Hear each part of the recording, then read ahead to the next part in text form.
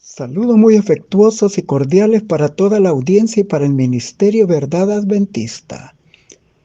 Agradecemos al Señor por el estudio de las lecciones para el último trimestre de la escuela sabática bajo el título Josué, la fe que conquista, y por el estudio de la lección número 8, Gigantes de la Fe, Josué y Caleb, programado para el sábado 22 de noviembre. Acuérdense de sus dirigentes que les hablaron la palabra de Dios. Consideren el resultado de su vida e imiten su fe. Hebreos 13:7. Uno de los énfasis del libro de Josué es el legado espiritual trasladado de generación en generación.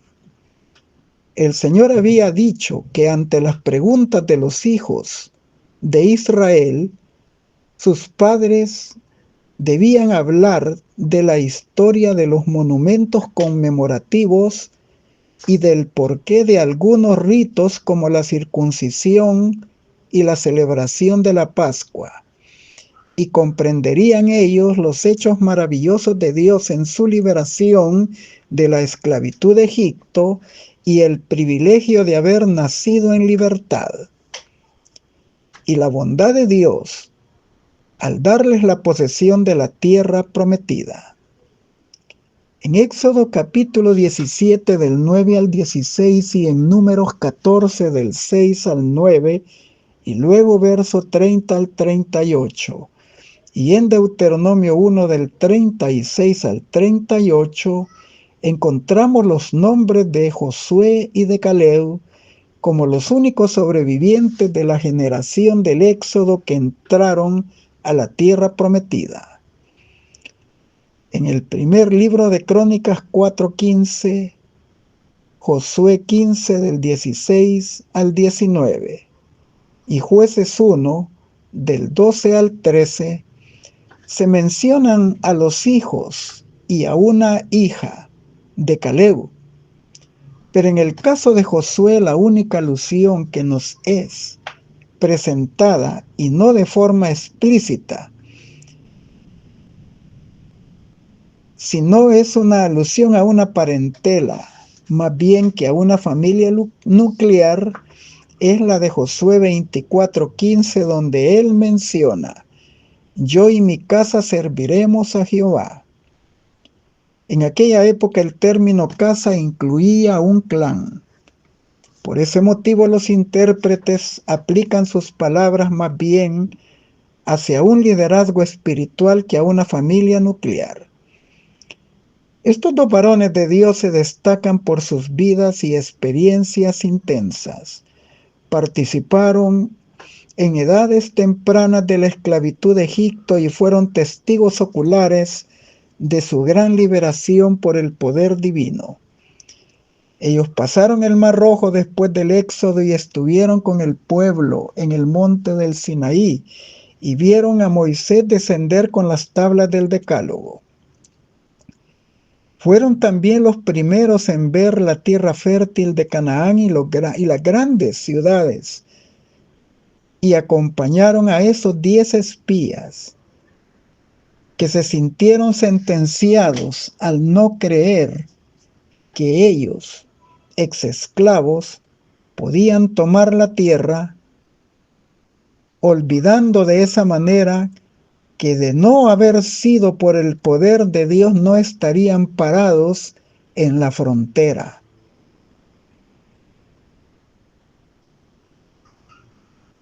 Ellos estaban allí, ilesos y sin falta alguna. Y sin embargo, estos hermanos, Caleb y Josué, no compartiendo la incredulidad ni la rebelión, ni el desaliento de sus hermanos, al negarse a entrar en la tierra prometida, fueron amenazados de muerte cuando intentaron apedrearlos por afirmar que Dios podía dar victoria sobre los desafíos de la conquista de Canaán. Números 13 del 30 al 33 y 14 del 5 al 10. Sin embargo, ellos también vagaron por el desierto con la generación condenada con mucha humildad. Experimentaron la esclavitud y la libertad, la desilusión y la esperanza, la demora y la realización, y cuando fueron cumplidos los 40 años de su peregrinación, cruzaron el río Jordán para tomar la posesión de la tierra y se volvieron ejemplos de fe, de coraje, de compromiso y de perseverancia. Josué 14 del 6 al 15. Estas experiencias y acontecimientos moldearon su carácter. Su legado permanece hoy y puede inspirarnos como generación actual a confiar en el Dios de ellos, aún en las situaciones más audaces. En esta oportunidad reflexionaremos sobre el ejemplo de fe, coraje, compromiso, perseverancia y éxito espiritual de Josué y de Caleb en los siguientes aspectos. Número 1, la fe inquebrantable de Caleb. Y número 2, el poder del testimonio de Josué. Finalizando, como es nuestra costumbre, con las aplicaciones pertinentes. Comencemos con la fe inquebrantable de Caleb. Examinaremos las características de Caleb y de Josué, los dos modelos a seguir, sobresalientes en el libro de Josué. Ellos pueden incentivarnos en un crecimiento espiritual y en un anhelo de reflejar la belleza de Cristo cada vez más como integrantes del pueblo de Dios de los últimos días, en nuestro trayecto hacia la Canaán celestial. Caleb figura como el primero en reclamar la herencia. Josué fue el último. La fidelidad de Caleb aparece por primera vez cuando cada tribu, bajo el liderazgo de Moisés, escogió a una persona, y Caleb representó a la tribu de Judá, a fin de explorar la tierra de Canaán e informar de sus recursos y defensas potenciales. Números 13 del 1 al 16 y del 25 al 27. Leemos en Números 13, 25 hasta el capítulo 14, verso 10, que los 12 espías coincidieron en la veracidad de los hechos de su informe. La tierra era sumamente fértil. El fruto que trajeron al regresar era prueba de que la tierra manaba leche y miel. Una expresión común en el antiguo cercano oriente que describe la abundancia de alimentos. Números 13, 27 y Éxodo 3, 8 y Levítico 20, 24. Los cananeos eran militarmente poderosos y vivían en enormes ciudades fortificadas. Números 13, 28. Pero cuando escucharon, el desacuerdo comenzó con la interpretación de los hechos, cuando los 10 espías dejaron que el miedo definiera su autopercepción. Dijeron: no podremos subir contra esta gente porque son más fuertes que nosotros. La tierra traga a sus moradores y todo el pueblo es de gran estatura, y a su parecer somos como langostas. Números 13, 28, 29 y del 31 al 33. Con este reporte falso y exagerado, se estaban negando una realidad contundente, que la tierra estaba vomitando a sus habitantes. Levítico 18, 25 al 29, y no tragándoselos. La interpretación de Caleb y de Josué fue completamente diferente y contraria ante la cobardía y la infidelidad de los 10 espías. Caleb no discutió con los 10 espías que no tenían fe ni les avergonzó por su falta de fe, sino que habló de forma valiente y apeló a la confianza y a la acción. Caleb insistió diciendo: subamos enseguida y tomemos posesión de ella, que más podremos nosotros que ellos. Caleb es el primero en expresar su creencia de que con la ayuda del Señor podrían ocupar la tierra prometida. Números 13:30. En señal de consternación y desacuerdo al escuchar el falso reporte y la decisión de la mayoría de no entrar en la tierra prometida, Josué y Caleb rasgaron sus vestidos. Números 14, 6 y 7. Reafirmaron que no tenían por qué temer si el Señor estaba de su lado. Números 14, 8 al 10. Sin embargo, el pueblo no quiso oírlos. Habían decidido apedrear a Moisés, a Josué y a Caleb. Y solo la manifestación física de la gloria de Dios impidió que la multitud los lapidara. Números 14:10. La vida está hecha de decisiones y acompañada de las acciones revelan el carácter y definen el futuro y el legado. Y aún después de 40 años de peregrinación en el desierto, Caleb y Josué demostraron que el tiempo no había cambiado su compromiso total con el plan divino y que vivían para la gloria de Dios y no para la de ellos mismos. Moisés, así como Dios, reconocieron en Caleb en estas palabras: él tiene un espíritu diferente y me ha seguido plenamente. Números 14:24. Aceptaron la veracidad de sus palabras. Yo he seguido cumplidamente a Jehová mi Dios. Josué 14:8. Ante el inevitable miedo de los 10 espías, Caleb y Josué estuvieron abiertos a recibir un espíritu diferente, pues Dios no nos ha dado un espíritu de cobardía, sino de poder, de amor y de dominio propio. Segunda de Timoteo 1:7. Y esto hizo inmortalizar sus nombres en el registro sagrado, a diferencia de los nombres de los 10 espías: Samúa, Safat, Igal, Paltí, Gadiel, Gadí, Amiel, Setur, Nabí y Jehuel, que fueron olvidados porque sus nombres no fueron dignos de ser recordados jamás. Caleb reconoce que su avanzada edad aún tenía notable salud y vitalidad.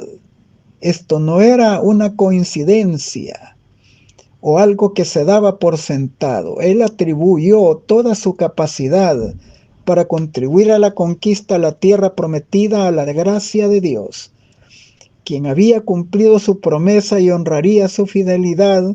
Josué 14, del 9 al 11.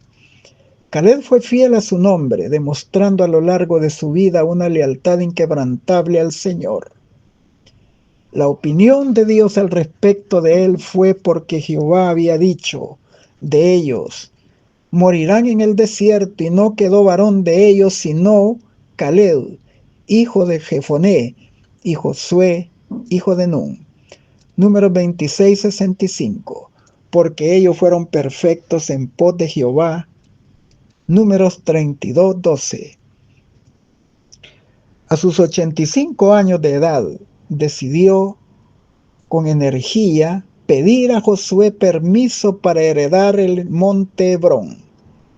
Dijo: dame pues este monte del que habló Jehová aquel día, porque tú oíste aquel día cómo los anasitas estaban allí, con grandes ciudades fortificadas. Quizá Jehová esté conmigo y los expulsaré, tal como dijo Jehová.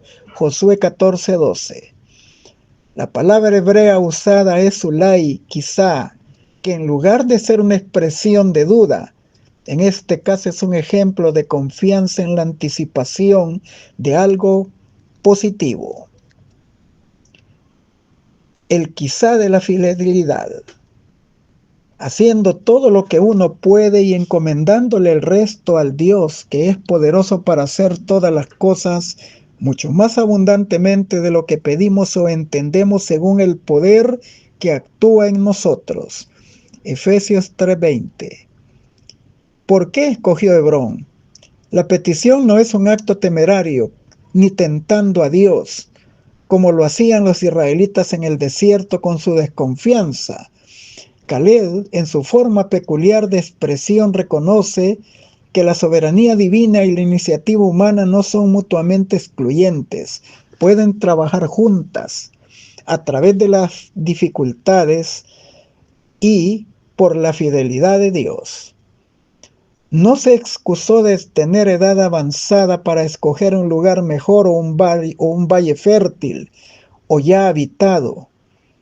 Siendo primero en elegir, pudo haberlo hecho, pero no lo hizo. Él desafió su fe y sabía que al cooperar con Dios podía lograr cosas que de otra manera serían imposibles. Por eso pidió la tierra de los gigantes. Josué 14:12. Quería el refugio de los gigantes. Y además de todo lo que ya hemos mencionado, se registra que Caleb no se conformó solo con asegurar su herencia, también se preocupó de transmitir su perseverancia, su coraje y su confianza a sus hijos. Josué 15, del 16 al 19, Jueces 1:13 y 3:7 al 11.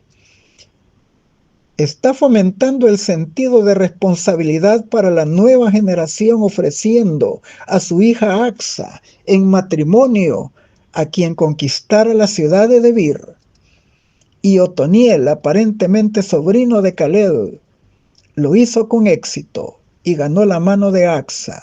Aquí se formó un nuevo líder en el tiempo de los jueces para la libertad de Israel. Josué observa con atención todas estas cualidades y accede a su petición y decide seguir su ejemplo. De esta manera la generación mayor prepara a la nueva generación entregando la antorcha, equipándola para enfrentar los obstáculos, avanzar en el plan de Dios para Israel. Si bien la tierra era un regalo de Dios de parte de su gracia, su adquisición requeriría que la nación la tomara con fe y con coraje, y reclamando las promesas divinas. Probablemente la petición de Caleb tenía tres objetivos. 1, inspirar fe en la nueva generación. 2, demostrar que su generación estuvo equivocada. Y 3, exaltar el nombre de Dios.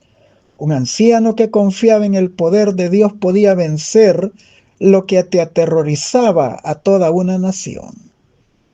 Caleb nunca olvidó la promesa de que el Señor le había hecho por medio de Moisés, que entraría en la tierra que pisaran sus pies, Números 14:24. Comprendió que el territorio que cada tribu llegaría a poseer era directamente proporcional a la medida en que se atrevieran a reclamar la promesa del Señor y a la cantidad de tierra que estuvieran dispuestos a poner sus pies sobre ella por la fe. Las promesas de Dios no se cumplen automáticamente, es decir, no se hacen realidad independientemente de nuestra voluntad. Por el contrario, requieren de fe acompañada de acción decidida. No siempre es fácil mantenerse firme en la presión de grupo, ya que la fuerza era enorme. Caleb y Josué se sentían solos y como que si nadaban contra la corriente.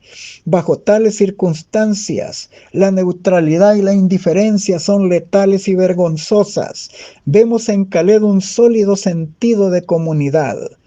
Él quería ser parte de un todo. Tomó el liderazgo con el poder del ejemplo, estimuló las energías dormidas de otros, acrecentó su fe y su confianza en Dios.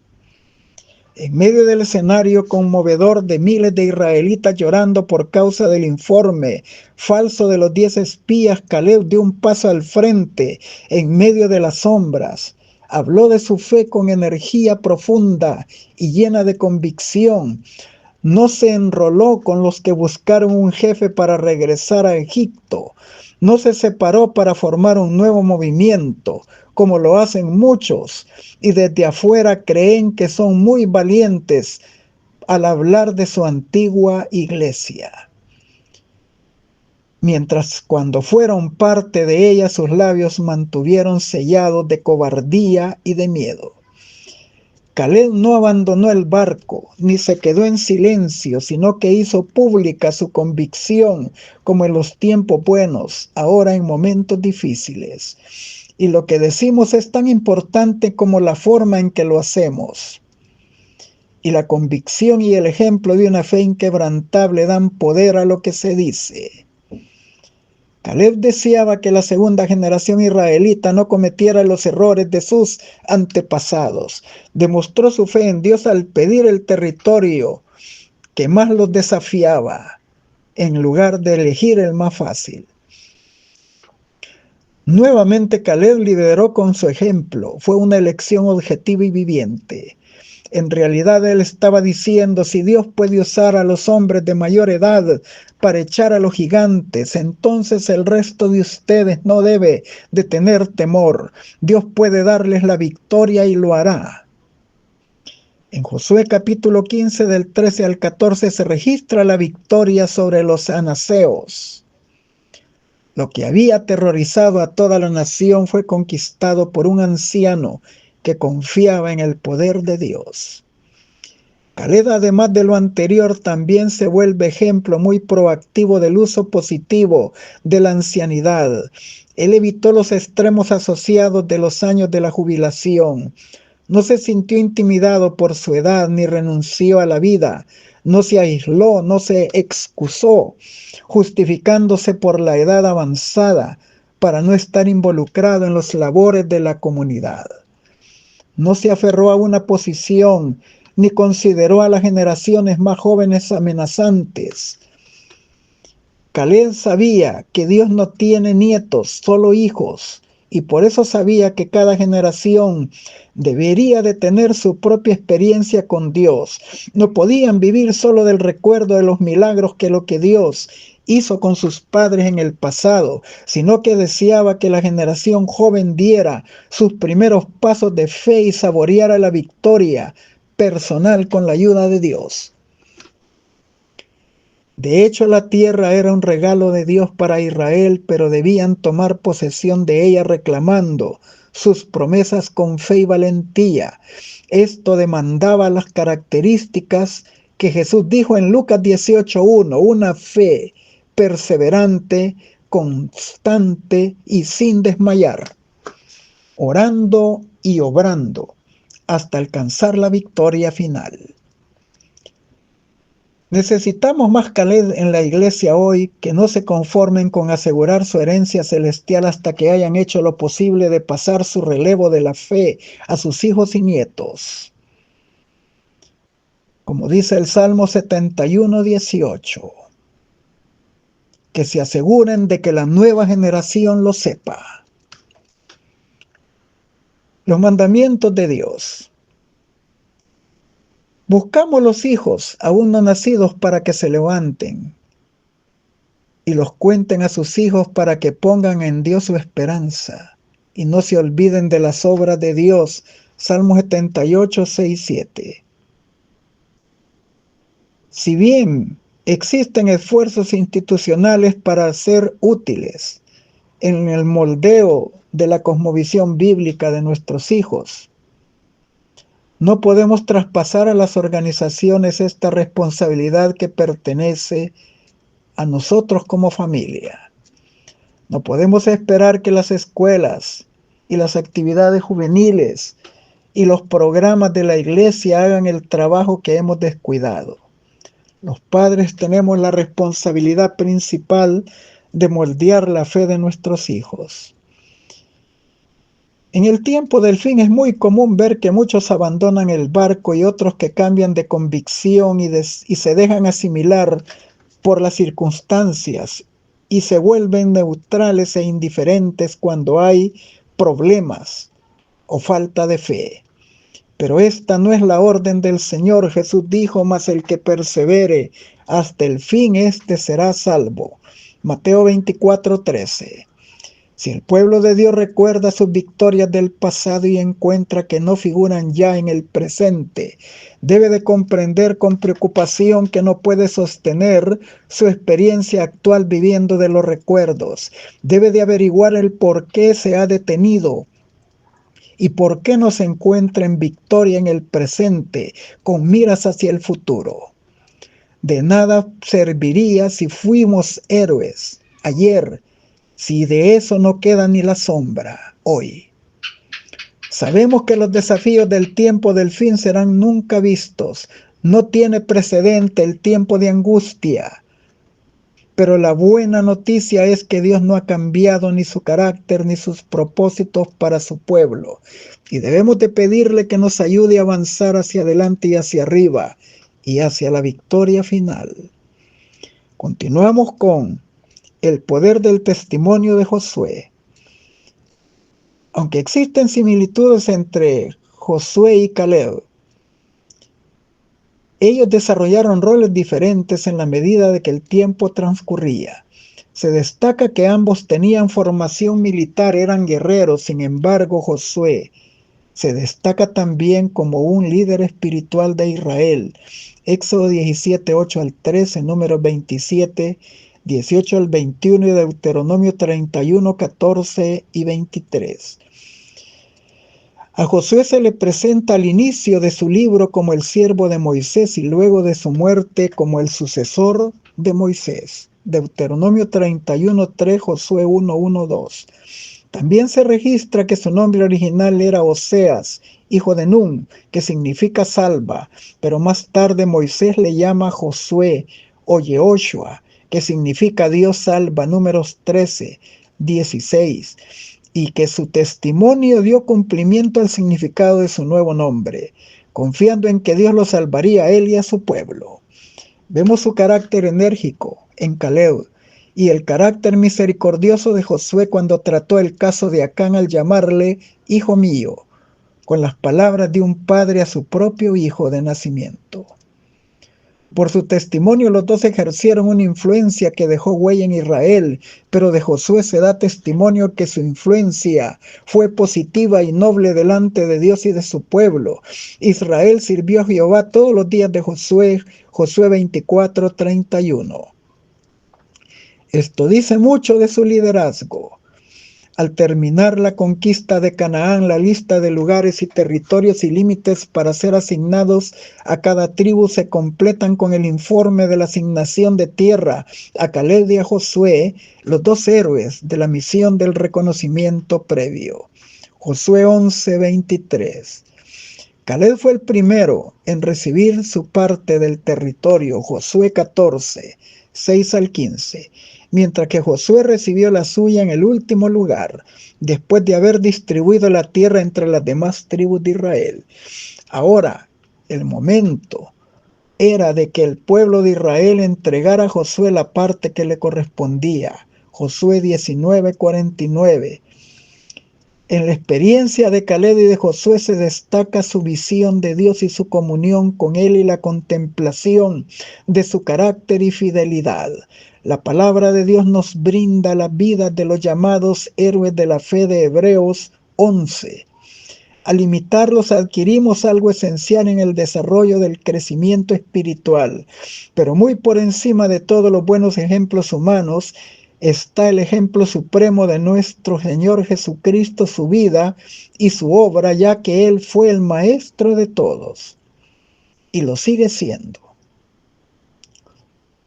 El apóstol Pablo exhorta al respecto diciendo: por tanto, nosotros teniendo en derredor una gran nube de testigos, despojémonos de todo peso y del pecado que nos asedia y corramos con paciencia la carrera que tenemos por delante, puesto los ojos en Jesús, el autor y el consumador de la fe, el cual por el gozo puesto delante de él sufrió la cruz, menospreciando el oprobio, y se sentó a la diestra del trono de Dios. Hebreos 12, 1 y 2. Pablo enfoca también la importancia de la contemplación diciendo: por tanto, nosotros todos, mirando a cada descubierta como a un espejo la gloria del Señor, somos transformados de gloria en la misma imagen como por el Espíritu del Señor. 2 Corintios 3:18. Y la mente y los pensamientos tienen una función determinante en la contemplación de Cristo y en la transformación que se obra en la vida. Pablo añade: no os conforméis a este siglo, sino transformaos por medio de la renovación de vuestro entendimiento, para que comprendáis cuál sea la buena voluntad de Dios, agradable y perfecta. Romanos 12, 2. Pablo aquí contrasta las dos fuerzas antagónicas que intentan moldear nuestras vidas: El mundo circunstante trata de forzarnos cada día a su molde, mediante sus diversas influencias y atractivos sutiles que vienen a transformar la vida, actuando desde el exterior e impactando el interior. Pero el apóstol, para contrarrestar ese impacto, nos explica que el Espíritu Santo es capaz de transformarnos, obrando desde nuestro interior hacia el exterior. Es una metamorfosis similar a la de una oruga que se convierte en hermosa mariposa. Hay una solemne promesa de Dios que también menciona Pablo, que nos incentiva a colaborar en este proceso para que se cumpla en nuestra vida. Aquel que comenzó en vosotros la buena obra la perfeccionará hasta el día de Jesucristo. Filipenses 1:6. Esto demanda que nuestras decisiones vivan en armonía con la voluntad de Dios, revelada en la Biblia, y con la poderosa ayuda del Espíritu Santo. Recordamos que cuando Josué era siervo de Moisés y él iba a la tienda de reunión a comunicarse con Dios, Josué lo acompañaba a diario. De esta manera aprendió la importancia de la comunión con Dios. Por eso, al final de su obra, cuando repartió la tierra, escogió la Timnat Será, que estaba más próxima a Silo, el lugar donde estaba el santuario de Dios, para seguir disfrutando de la comunión con Dios. Y si le sumamos a esto el privilegio de la contemplación de la tierra prometida que tuvo al principio, esto impactó determinadamente su vida y la vida de Caleb, que no solo hablaron la verdad acerca de la buena tierra, sino que creían en que Dios se las había prometido y se las daría. Esto transformó sus pensamientos, se convirtieron en un santo anhelo de alcanzar la promesa, y aunque sufrieron con su pueblo rebelde 40 años de peregrinación, la visión de Dios y de la tierra prometida que contemplaron jamás se borró de sus mentes, ni disminuyeron su anhelo de poseer lo que Dios les había prometido. Esto hizo posible que Caleb se hiciera tan potente en la vejez como lo fue en la juventud, para conquistar Hebrón, recordando que en tiempos de Moisés Dios le había prometido que donde pusiera la planta de su pie sería de él, y Dios le dio la capacidad para lograrlo y vencer a los gigantes y poseer su herencia. Nosotros debemos de tener un anhelo por lo celestial, poner la mira en las cosas de arriba y no las de la tierra. Colosenses 3:2. Para que como Caleb y Josué digamos, pero nosotros no somos de los que retroceden para la perdición, sino de los que tienen fe para la preservación del alma. Hebreos 10:39. Y nuestro lema es: hacia adelante y hacia arriba, a la victoria final en Cristo. Finalizamos con las aplicaciones pertinentes. Si Dios aborrece un pecado más que otro del cual su pueblo es culpable, es el de no hacer nada en caso de una emergencia.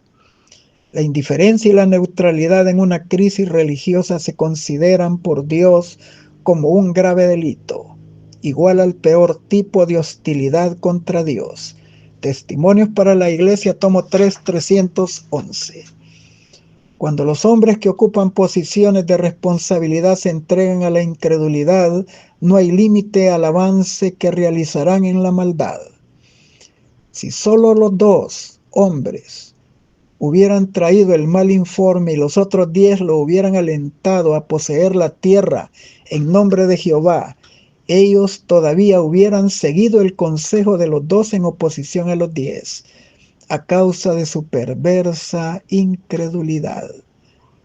Conflicto y valor 106. No hay verdad que la Biblia presente tan claramente como la del peligro de apartarse, aunque sea una vez, de la justicia. Peligro que afecta tanto al culpable de la mala acción como a todos los que están al alcance de su influencia.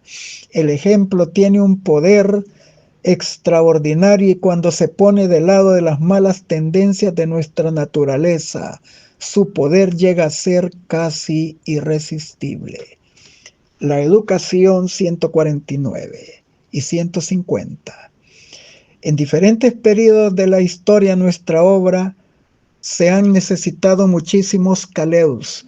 Hoy día necesitamos hombres de entera fidelidad, obreros que sigan al Señor plenamente, hombres que no estén dispuestos a quedar silenciosos cuando debieran hablar, que sean tan leales a los principios como el acero, que no procuren hacer una exhibición presuntuosa, sino que caminen humildemente con Dios, hombres pacientes, bondadosos, serviciales, corteses, que entienden que la ciencia de la oración es ejercitar la fe, y muestren obras que resultan en la gloria de Dios y el bien de su pueblo. Dios no tendrá en su obra dirigentes que ofrezcan un servicio dividido. Sus servidores han de asumir la postura de no aprobar ninguna obra mala. Seguir a Jesús requiere una conversión de todo el corazón en el comienzo y una repetición de esta conversión en cada día. Hubo momentos en que la crisis determinó el carácter. El pueblo de Dios de este tiempo tiene mucha más luz que la que tuvo el antiguo Israel. No solo tienen la creciente luz que ha resplandecido sobre ellos, sino las instrucciones que Dios dio a Moisés para transmitir a su pueblo. Dios marcó claramente la diferencia entre lo sagrado y lo común y manifestó que tal diferencia debía de ser estrictamente observada. El Señor ha dado a su pueblo gran luz y preciosas instrucciones. Cuánta tristeza, cuánta vergüenza, cuánta agonía espiritual se ha extendido sobre los fieles servidores de Dios que han permanecido como Caleb y Josué, cuando han escuchado a Israel rechazar a sus dirigentes y elegir a un miembro del sector rebelde para que los conduzca de regreso a Egipto. En medio de sus quejas, los israelitas blasfemaron el nombre de Dios. El Señor había indicado que la defensa de la tierra de Canaán le había sido abandonada y que este era el momento oportuno para entrar a ella. Carta 39 de 1899, El Cristo Triunfante, 124. Caleb le recordó ahora a Josué la promesa que se le hizo antes, como galardón por su fidelidad.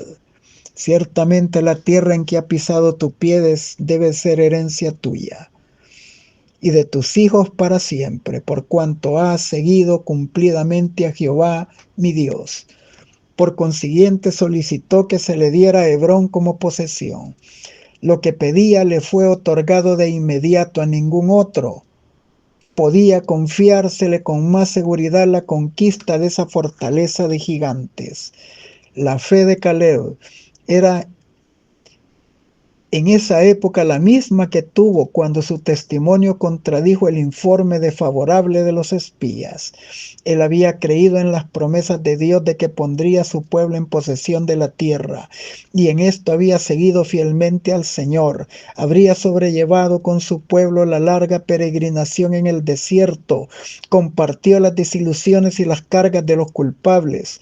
No obstante, no se quejó de esto, sino que ensalzó la misericordia de Dios que le había guardado en el desierto cuando sus hermanos eran eliminados. El valiente y viejo guerrero deseaba dar al pueblo un ejemplo que honrara a Dios y alentara a las tribus para que subyugaran por completo la tierra de sus padres, que consideraban inconquistable. Caleb obtuvo la heredad que su corazón había anhelado durante 40 años y, confiado en que Dios le acompañaba, echó de allí a los hijos de Anac. Los cobardes, rebeldes, habían perecido en el desierto, pero los espías íntegros comieron de las uvas de Escol. A cada uno se le dio de acuerdo con su fe. Los incrédulos habían visto sus temores cumplidos. No obstante, las promesas de Dios habían dicho que era imposible heredar la tierra de Canaán y no la poseyeron. Pero los que confiaron en Dios y no consideraron tanto las dificultades que habían de encontrar con la fuerza, como la fuerza de su ayudador todopoderoso, ellos entraron en la buena tierra. Patriarcas y Profetas 546 a la 549, conflicto y valor 123. A medida que Josué sentía el peso de los años sobre él, su corazón se llenó de ansiedad por el futuro del pueblo. Cuando se reunieron una vez más en derredor suyo, su preocupación por ellos superaba el simple cuidado paternal. Josué deseaba orientarlos a servir a Dios no por compulsión, sino voluntariamente. El amor a Dios es el fundamento de la religión.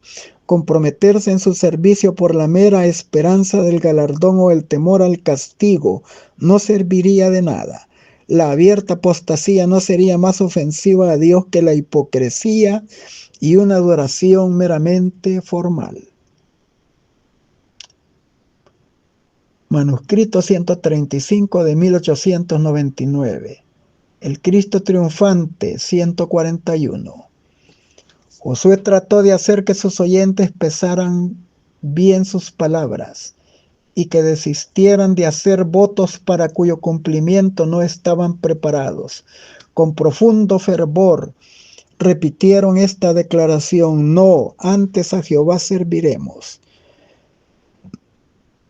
Consintiendo solemnemente en atestiguar contra sí mismos que habían escogido a Jehová, una vez más reiteraron sus promesas de lealtad. A Jehová nuestro Dios serviremos y su voz obedeceremos. La obra de Josué en favor de Israel había terminado, había cumplido, siguiendo a Jehová, y en el libro de Dios se le llama siervo de Jehová. El testimonio más noble que se da de su carácter como caudillo del pueblo en la historia de la generación que disfrutó de las labores, dice: y sirvió Israel Jehová todo el tiempo de Josué y todo el tiempo de los ancianos que siguieron después de Josué. Patriarcas y Profetas 559 a la 563, conflicto y valor 125. La iglesia necesita fieles Calebs y Josués que estén prestos a aceptar la vida eterna, con la única condición que Dios impone: la obediencia. Testimonios para la Iglesia, tomo 4, 156.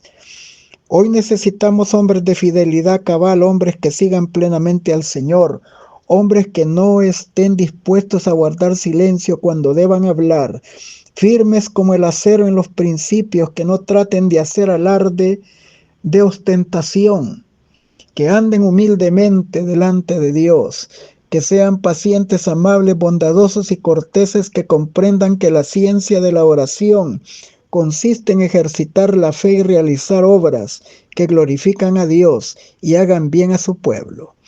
El seguir a Jesús requiere una conversión de todo el corazón al principio y una repetición de esta conversión diariamente.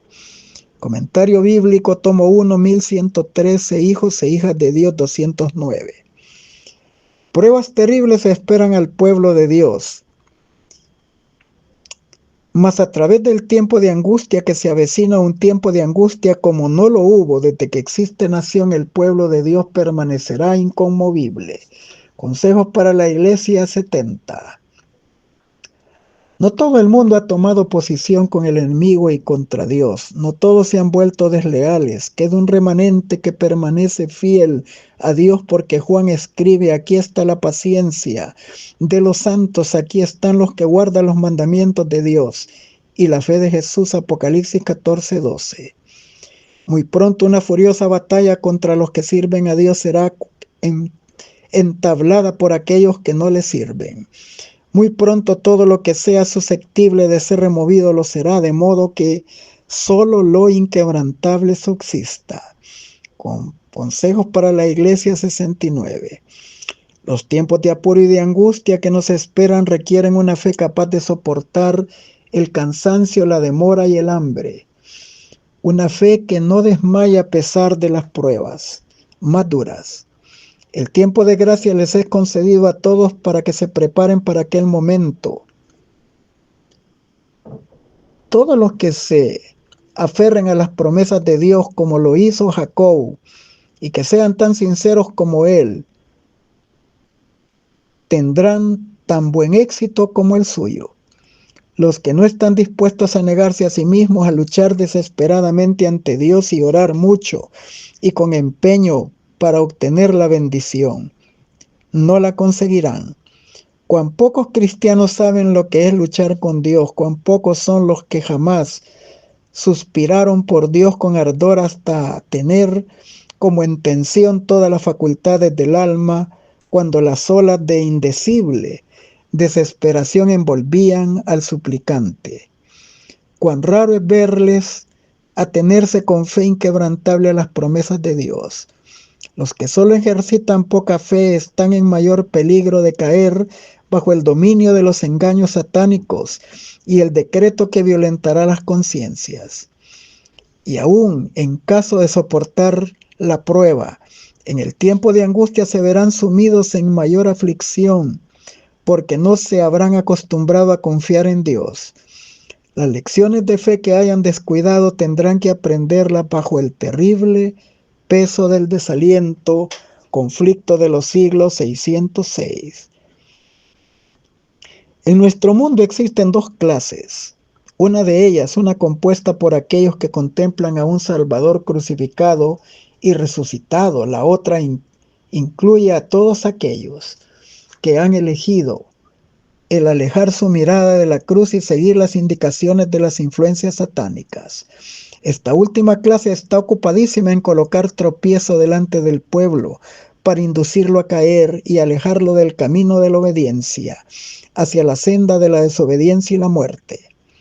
Muchos eligen la injusticia porque Satanás la presenta de tal manera que les parece atractiva a aquellos que no están en guardia contra sus engaños. Y él trabaja en forma especial mediante aquellos hombres y mujeres no santificados que profesan ser los hijos de Dios.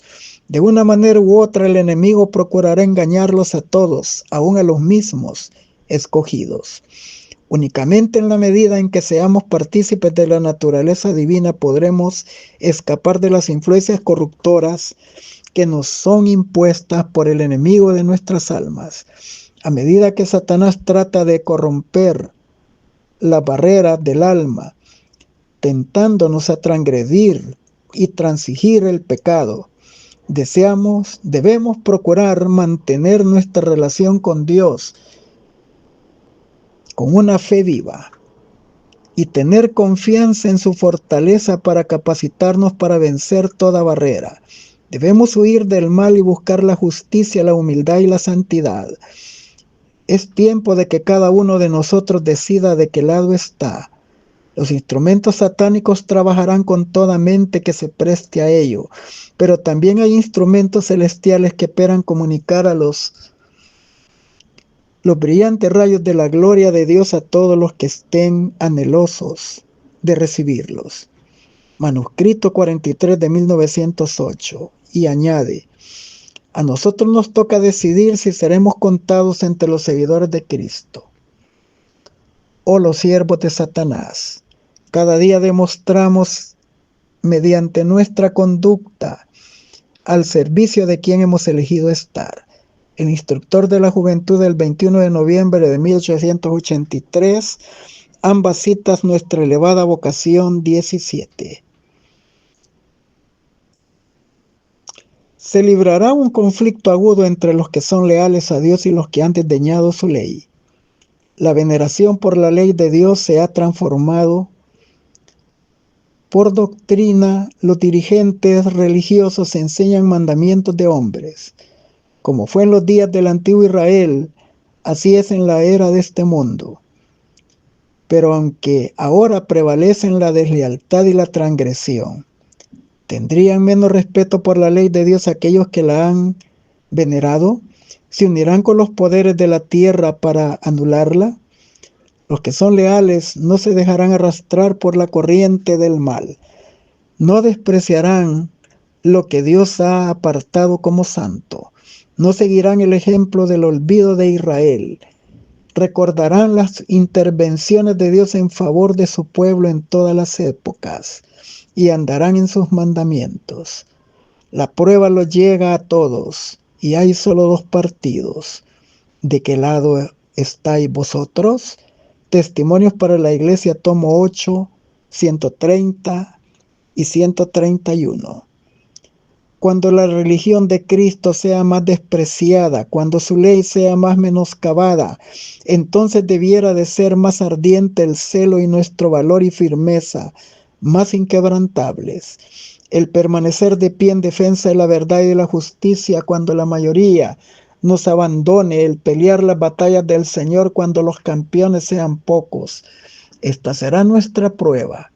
En este tiempo debemos obtener calor de la frialdad de los demás, valor de su cobardía y lealtad de su traición. Testimonios para la Iglesia, tomo 5, 127. Los que poseen la verdad como ha sido revelada en Jesús no deben aprobar ni aun con el silencio la obra del ministerio de la iniquidad. Jamás deben de dejar de dar la nota de advertencia. No hay que ocultar la verdad, no hay que negarla ni disfrazarla, sino que hay que presentarla plenamente y proclamarla con osadía. Mensajes Selectos, tomo 2, 423, 424. Maranata, el Señor viene, 247. La mayor necesidad del mundo es la de hombres que no se vendan ni se compren. Hombres que sean sinceros y honrados en lo más íntimo de sus almas. Hombres que no teman dar al pecado el nombre que le corresponde. Hombres cuya conciencia sea tan leal al deber como la brújula al polo. Hombres que se mantengan de parte de la justicia, aunque se desplomen los cielos. La Educación 54. Les deseo un feliz sábado en la gloriosa y bendita presencia de nuestro Dios.